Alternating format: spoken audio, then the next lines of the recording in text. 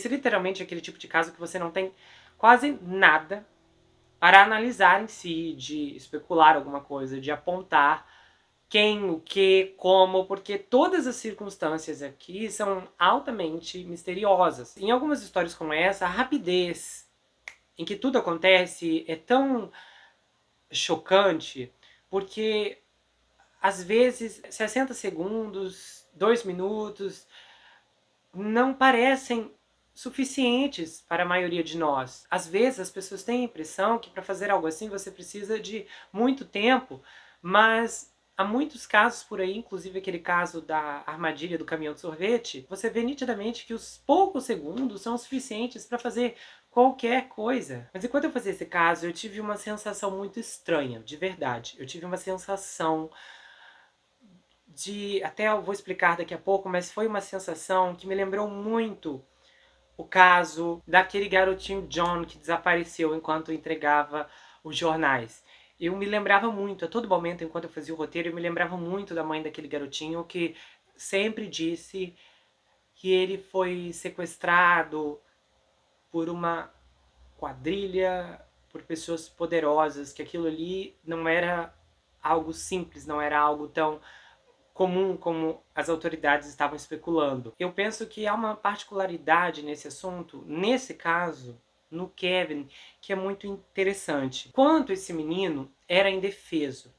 E normalmente os mais indefesos sempre serão os mais vulneráveis. Mas de fato, eu desconfio que quando falamos em vulneráveis, os menores estão na última categoria do pensamento das pessoas hoje em dia. Quanto mais o tempo passa, mais eu vejo que a palavra vítima está sendo desconfigurada e, infelizmente, está perdendo o seu real significado. Às vezes eu ouço alguém sendo apontado como vítima e você olha assim e fala: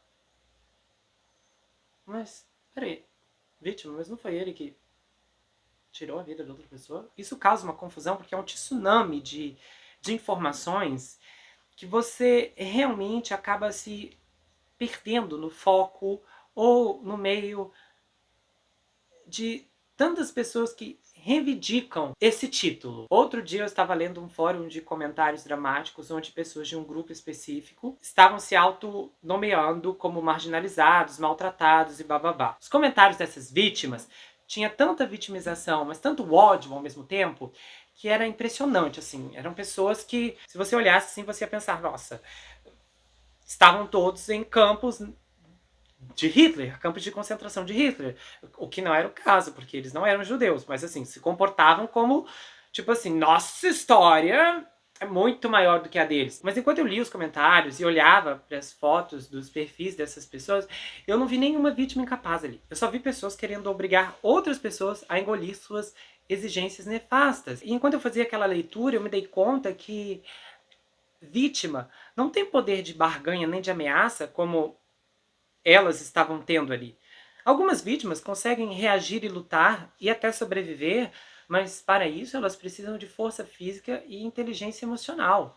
E infelizmente, para alguém como o Kevin, nenhum desses requisitos estava disponível para ele na época. Qualquer um poderia ter sequestrado o Kevin. Independente da sua idade ou tamanho, poderia raptá-lo, colocá-lo em seu carro e ir embora, sem enfrentar qualquer resistência do garoto.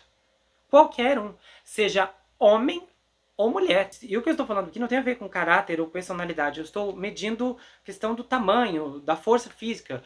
Mesmo 15, 18, 20, 30, 40, 50, 60, 70, 80 anos, teria força física para fazer tal rapto. Enquanto para o Kevin, ele não tem nem como se defender, pelo simples fato de ser extremamente pequeno. Isso é uma coisa tão forte porque no imaginário das pessoas, às vezes quando falamos em sequestro, principalmente em filmes, esses filmes de sequestro, você nunca vê um sequestrador magro, de óculos, sabe, com uma cara de anjo. Você sempre vê alguém super sarado e musculoso, sabe? A gente, normalmente nos filmes, os sequestros acontecem assim. Os personagens são gigantes.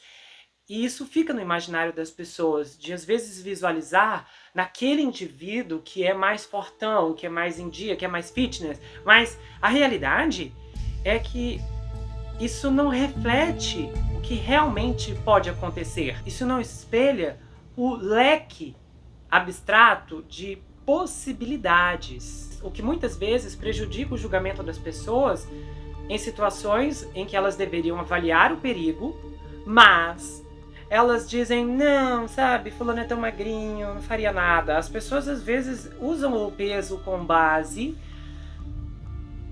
na consideração se aquela pessoa é capaz ou não de fazer o mal. Isso é uma coisa tão perigosa, porque quando alguém quer fazer o mal, se ela pesa muito ou pouco, pode ter certeza que o peso não vai fazer diferença se ela pegar uma ferramenta ou até mesmo usar um objeto cortante, porque há situações em que uma pessoa muito magra, que assim, numa briga física com alguém forte, como é o caso que eu gravei, no caso o homicida era muito magrinho e a vítima dele era um cara saradão e tal, e ele conseguiu eliminar o cara. Num ataque de fúria, mecanismos são liberados, parece que o homicida ele fica ativo, que ele arruma forças não sei de onde, mas ele consegue fazer o que ele quer, porque ele quer alcançar seu objetivo. Se você está se sentindo desconfortável com alguém, principalmente de forma verbal, você sente um perigo e você está desconsiderando essas ameaças indiretas ou diretas, porque você está vendo a pessoa como muito magrinha, muito fofinha, com cara de angelical, reflita de fato nas possibilidades.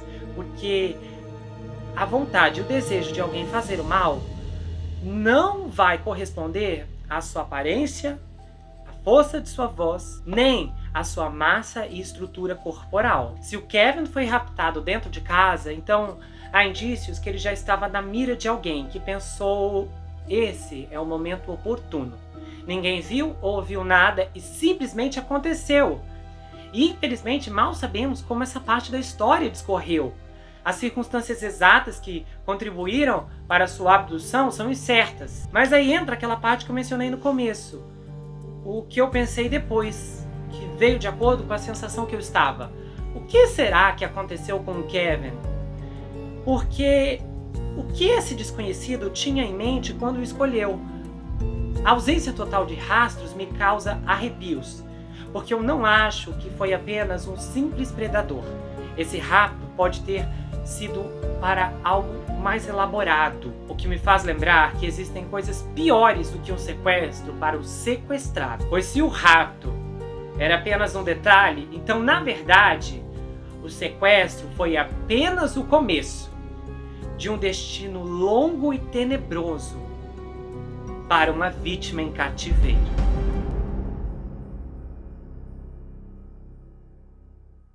Se você gostou desse vídeo, se inscreve no canal, ativa o sininho, compartilha, dá o seu like, passa esse vídeo pra frente. Se você quiser saber mais sobre mim, adquira meu livro Perfeito Estranho, já está disponível lá no meu site. Você pode falar comigo pelo Instagram. Esse livro conta uma história bombástica de um rapaz chamado Jack Ruby, que se vê preso em uma terrível maldição hereditária, enquanto o serial killer está escondido em sua própria casa. O desconhecido está na sua casa, na sua vida, mas fora do seu reconhecimento.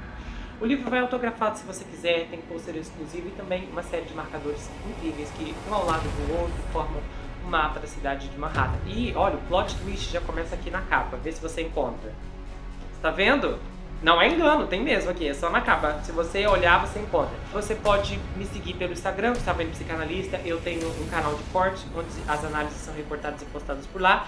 E eu também tenho um grupo no Telegram, onde eu envio áudios exclusivos, bastidores, muita coisa bombástica que você só vai ouvir por lá, ok? A gente se vê no próximo caso. Não se esqueça que aqui você sempre vai ter um amigo. Até mais, pessoal!